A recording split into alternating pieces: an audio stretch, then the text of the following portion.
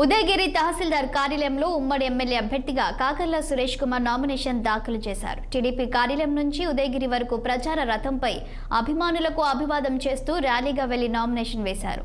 ఈ సందర్భంగా ఆయన మాట్లాడుతూ ఉదయగిరి కోటపై టీడీపీ జెండా ఎగురవేస్తామని ఆయన ధీమా వ్యక్తం చేశారు. రాష్ట్రంలో విజన్ ఉన్న నాయకుడు చంద్రబాబు అని, ఆయన ముఖ్యమంత్రి అయితేనే రాష్ట్రానికి భవిష్యత్తు ఉంటుందని స్పష్టం చేశారు. ఈ కార్యక్రమంలో టీడీపీ, జనసేన, బీజేపీ నాయకులు, కార్యకర్తలు పెద్ద ఎత్తున ప్రజలు పాల్గొన్నారు.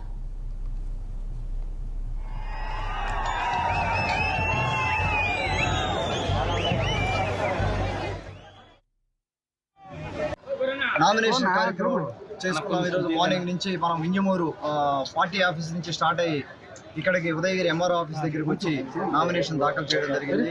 ఈ కార్యక్రమానికి 8 మండలాల నుంచి వేల మంది ప్రజానికం, పెద్దలు అవ్వచ్చు, ఆడపడుచులు అవ్వచ్చు, యువత అవ్వచ్చు, అవ్వాతాత అవ్వచ్చు, ఎంతో మంది పెద్దలు ఎండలో కూడా వచ్చి నన్ను ఆశీర్వదించడానికి వచ్చిన వాళ్ళకి ధన్యవాదాలు తెలుపుకుంటా ఉన్నాను.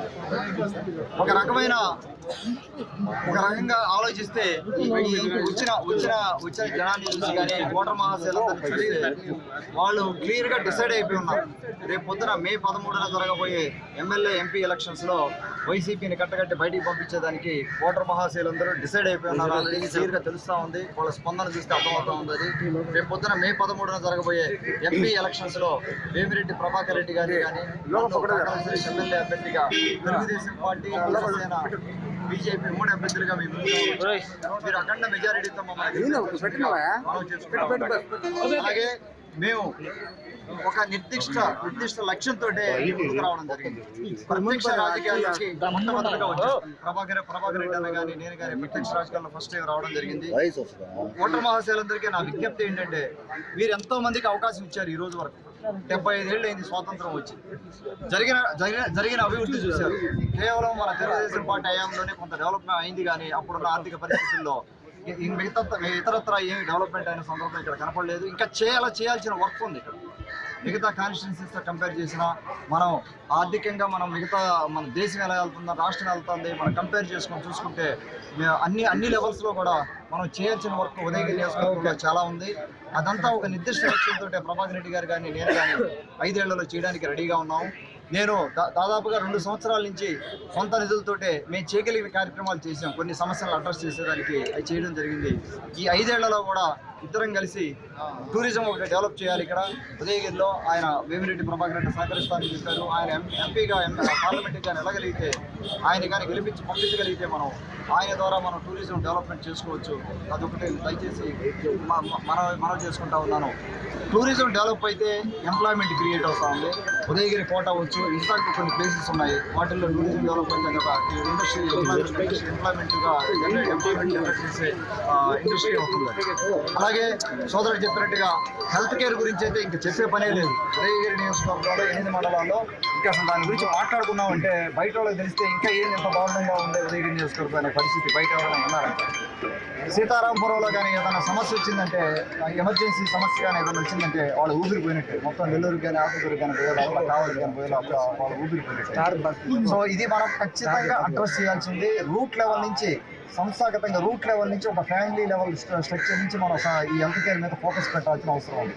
అందుకే మనం ఎన్టీఆర్ సంజీవని ఆరోగ్య రథం పెట్టి 29,000 మందిని ప్రివెంటివ్ టెస్టింగ్ చేయడం జరిగింది. దానికి రీజన్ ఏంటంటే, రాబోయే డబ్బుల్ని ముందుగానే గుర్తిస్తే 5,000, 10,000తో పోయే ఖర్చులు రేపు పొద్దున 5 లక్షలు, 10 లక్షలు అయ్యే సందర్భం ఉంటుంది. ఆ రకంగా 5 లక్షలు, 10 లక్షలు ఖర్చు పెట్టే స్తోమత వేల కుటుంబాలకు లేదు. అది పెట్టుకున్నప్పుడు అంటే ఎంతో మనిషికి ఏదైనా ఇబ్బంది అయినప్పుడు ఏం చేస్తారంటే ఉన్నదంతా అన్ని పెట్టేస్తున్నారు. ఉన్నదంతా అన్ని పెట్టి బ్యాంక్ అయిపోతా ఉన్నారు. వాళ్ళ పిల్లల్ని చదివించుకోలేని పరిస్థితి. హెల్త్ కేర్ సమస్యని క్లియర్గా అడ్రస్ చేయాల్సిన అవసరం ఉంది. ఎమర్జెన్సీ వ్యవస్థ పెంచాలి. ఇక్కడ ఉదయగిరిలో ఉన్న ఆసుపత్రి కానీ, ఇంజమూరులో ఉన్న ఆసుపత్రి కానీ బెడ్ కెపాసిటీ పెంచాల్సి ఉంది. ఎమర్జెన్సీని హ్యాండిల్ చేసే హాస్పిటల్గా వాటిని తీర్చిదిద్దాల్సిన అవసరం ఉంది. ఆ రకంగా ముందుకు పోవడం జరుగుతూ ఉంది వచ్చే 5 ఏళ్లలో. అలాగే స్కిల్ డెవలప్మెంట్ సెంటర్స్, ఎక్కడికక్కడ స్కిల్ డెవలప్మెంట్ సెంటర్ పెట్టి మనం కొన్ని స్కిల్ డెవలప్మెంట్స్ మనం పెట్టినాం ఇంతకుముందు 2 ఏళ్ళ సొంత నిధులతో. అలాగే ఎక్కడికక్కడ స్కిల్ డెవలప్మెంట్స్ పెట్టి స్కిల్ డెవలప్ చేసి వాళ్ళకి ఉద్యోగం, అందరికీ కూడా ఎవరైతే ముందుకు వస్తారో వాళ్ళకి ఉద్యోగాలు ఇప్పించాలనే ఉద్దేశం. అలాగే వీటిని కొన్ని అడ్రస్ చేసేదానికి బాబు గారు సూపర్ 6 పథకాలతోటే సూపర్ సిక్స్ పథకాలతోటే సూపర్ సిక్స్ పథకాలు క్రియేట్ చేసి ఆడపడుచులకు అండగా కానీ ఒక కుటుంబానికి ఎలాగా అండగా ఉండాలని చెప్పి పథకాలతో రావడం జరిగింది. అలాగే కళ్ళకి రెక్కలు అవ్వచ్చు. బాబు గారు తప్పడంతా ఫ్యామిలీని, ఒక కుటుంబాన్ని మనం ఎలా సపోర్ట్ చేయాలి, 5 ఏళ్లలో సంపద ఎలా సృష్టించాలి, మనం ఎలాగ సంక్షేమ పథకాలని అమలు చేయాలనేది. ఇప్పుడున్న జగన్మోహన్ రెడ్డి గారి పరిపాలన 5 ఏళ్లలో మీరు చూశారు. మొత్తం అంతా అప్పులు చేసి సంక్షేమ పథకాలు అమలు చేయడం తప్పితే సంపద ఎక్కడ క్రియేట్ చేశారు అంటే కుటుంబంలో కూడా ఒక బడ్జెట్ అనేది ఉంటుందిగా. మనం సంపాదించేదంతా, ఖర్చు పెట్టేదంతా అనేది ఒక బడ్జెట్ ఉంటుందిగా, సింపుల్ కాన్సెప్ట్లో.